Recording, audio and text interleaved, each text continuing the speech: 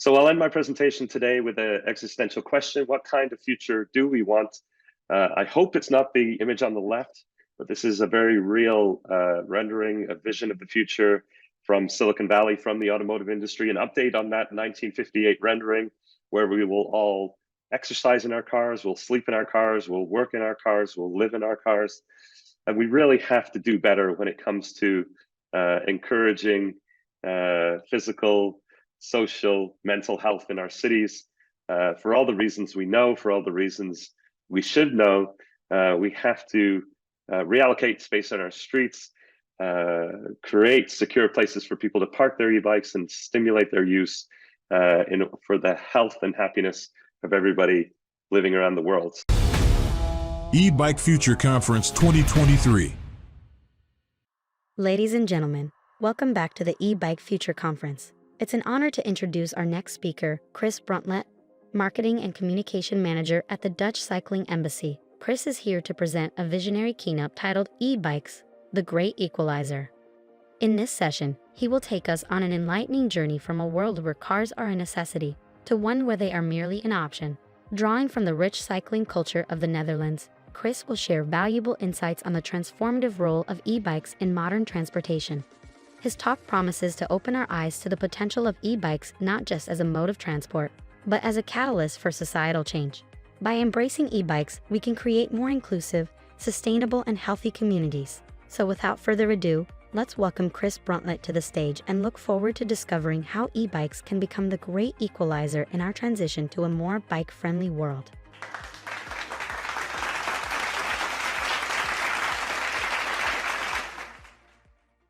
Hello there. Good morning, good afternoon, or good evening, depending on what time of day you're dialing in.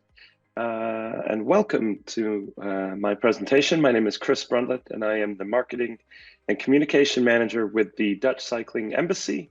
We're a public-private partnership based in Utrecht in the Netherlands. And I'm going to talk a little bit today about how we feel the electric bicycle is a game changer and an equalizer insofar as the development of our cities towards more human-centric places. So I'll begin my presentation today with this rendering, and some of you may be familiar with this vision of a self-driving future. This was actually presented by the automobile industry in 1958, and at that time, well, cities were changing very quickly. They were building themselves around the car. The automotive industry, the fossil fuel industry, the urban planning industry had decided that cars were the way of the future, that we would live in one part of the city, drive to a different part of the city to work, drive to a different part of the city to shop, and everybody would have a car which would be the future of mobility and economic prosperity. It didn't take very long after the Second World War to realize there were some very key problems with that vision. Firstly, it assumed 100% car ownership, which is absolutely impossible. There are certain segments of society, children, the elderly, people with less economic means that do not have access to a car, the physical financial means of driving a car. But there are also externalities that car driving placed onto society. That is less physical activity, that is the lack of safety, millions of deaths and serious injuries, of course, the air and noise pollution and the carbon emissions. And then thirdly, the tragedy of the commons, and that is when you basically give an unlimited number of people access to a limited amount of space for free, you can never build enough lanes or parking spaces. And cities are slowly discovering that we cannot create enough space for the car. And so we continue down this road towards a car-dominated, car-dependent future. And this is the reality.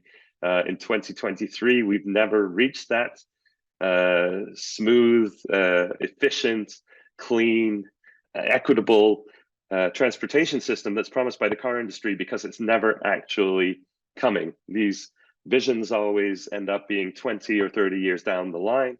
And the fact of the matter is that we still have far too many cars in our cities and on our streets. And it's only through a change in paradigm, a shift in thinking, in priorities and mindset and in space that we can actually potentially present a different future where people do have more safe, accessible, and equitable options to move in and around their cities. So that means going from a car obligatory society to a car optional society. And we think the e-bike has a tremendous role to play in that future. E-Bike Future Conference 2023.